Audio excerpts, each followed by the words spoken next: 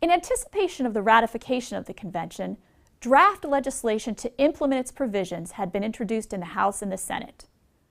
Soon after the subcommittees completed their work on the legislation, the Titanic disaster brought renewed focus to the need for radio regulation. The nearby ship Californian had attempted to warn the Titanic of the presence of an ice field. After being rebuffed by the Titanic's radio operator, the Californian's radio operator went off duty and as a result did not hear the Titanic's distress call. The ship that ultimately rescued more than 700 of the Titanic's passengers, the Carpathia, had difficulty maintaining communications with shore stations because of interference from other vessels.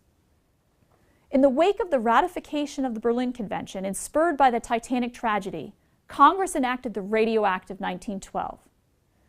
That act made 3 key decisions that would shape radio regulation for decades to come. First, the Radio Act of 1912 addressed the problem of potential interference by classifying and separating types of transmissions. Congress established separate bandwidths for the government, for private and coastal stations, and for amateur users. The function of setting aside different bandwidths for different uses is often called allocation.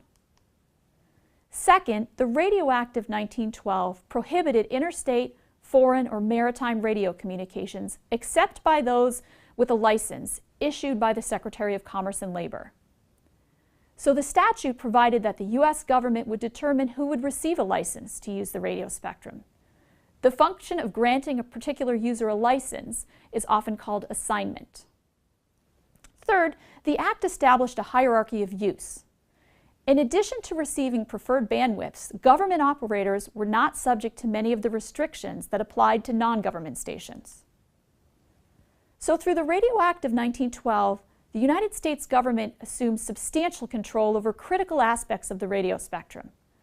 The government wouldn't simply define rights to use the spectrum and enforce those rights if conflicts arose. Rather, it would say which services would operate where, which services should receive priority, and who would be licensed to operate those services.